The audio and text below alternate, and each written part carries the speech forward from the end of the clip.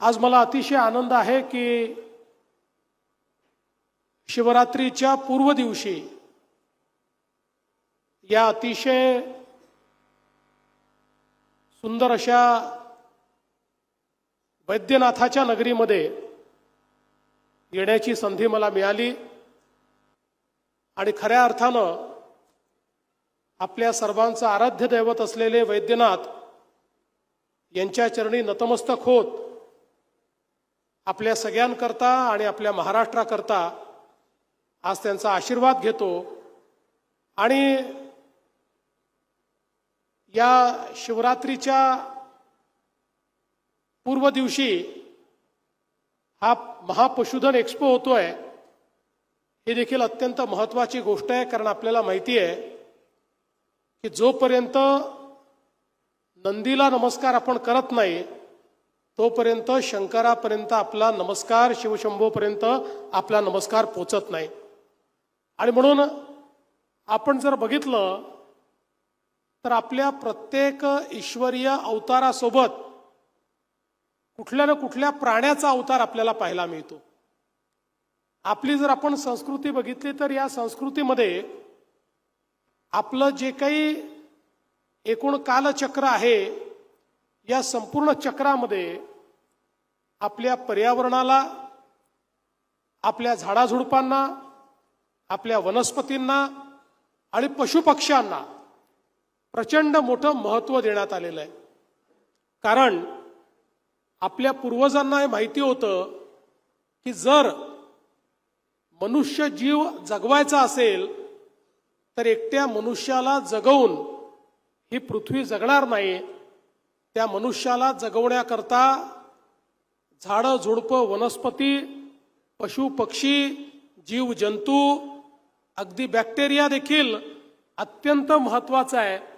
आणि म्हणून या सगळ्यांचं मिळून जे चक्र आहे हे चक्र जर संतुलित ठेवलं तर त्यातनं जी आपली एकूणच सगळी साखळी आहे, अन्न साखळी, ती अन्न साखळी देखील त्या ठिकाणी तिचं संवर्धन होतं आणि आपल्याला जगण्याकरता मोठ्या प्रमाणात त्या ठिकाणी सगळ्या ज्या आवश्यक गोष्टी आहेत त्या गोष्टी प्राप्त होत राहतात।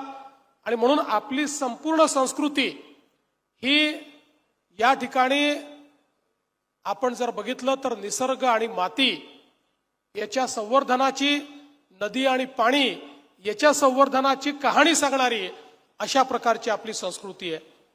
आणि म्हणूनच ज्यावेळी मगाशी धनुभाऊ आणि ताई म्हणाल्या की शिवरात्रीच्या दिवशी मला कोइंबतूरला जायचं असल्यामुळे मी एक दिवस आधी आलो आणि आजचा दिवस व्हॅलेंटाईन डे आहे, त्यामुळे व्हॅलेंटाईन डेला या ठिकाणी मला बोलवलं।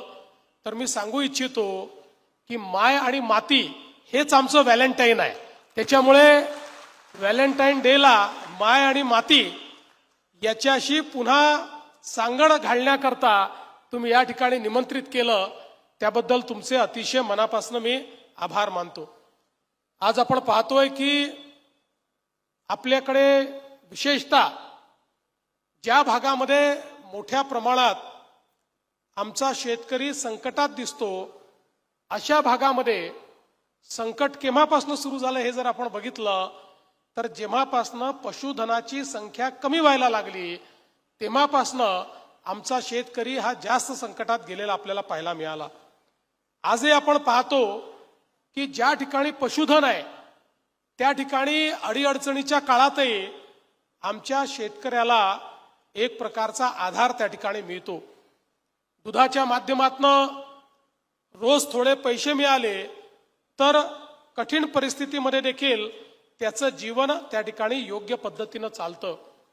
पण आपल्याला कल्पना आहे की पूर्वीच्या काळी आपण आपल्याला आवश्यक ते अन्नधान्य घ्यायचो, त्यानंतर हळूहळू कॅश क्रॉपकडे गेलो आणि विशेषतः आपण कापूस आणि सोयाबीनवर गेल्यानंतर आणि हळूहळू आमच्या शेतकऱ्यांची जी काही शेती आहे ती लहान होत गेल्यानंतर, त्याचं विभाजन होत गेल्यानंतर एक वैरणाचा मोठा प्रश्न हा निर्माण झालेला आपल्याला पाहायला मिळाला। आणि हळूहळू आपल्या शेतीतलं वैरण हे आपल्याला मिळत नाही अशी अवस्था आली आणि त्यातनं कुठेतरी पशुधन जे आपलं आहे हे पशुधन हे कमी व्हायला लागलं आणि त्याचा सगळाच परिणाम आपल्या एकूणच शेतीवर झालेला आपण बघितला. आज आपण बघा हळूहळू अशी अवस्था येते की ज्यामध्ये आता ट्रॅक्टरच्या उपयोगामुळे बैल हा हळूहळू कमी उपयोगाचा व्हायला लागलाय. किंबहुना आता बैलगाडा शर्यतीतच बैलाचा उपयोग हा मोठ्या प्रमाणात होतोय. बाकी उपयोग फार छोटा शेतकरी जो आहे तो अधिक करतोय. बाकी सगळं यांत्रिकीकरण चाललेलं आहे आणि म्हणून त्यातनं वेगवेगळ्या प्रकारच्या गोष्टी या ठिकाणी निर्माण होत आहेत.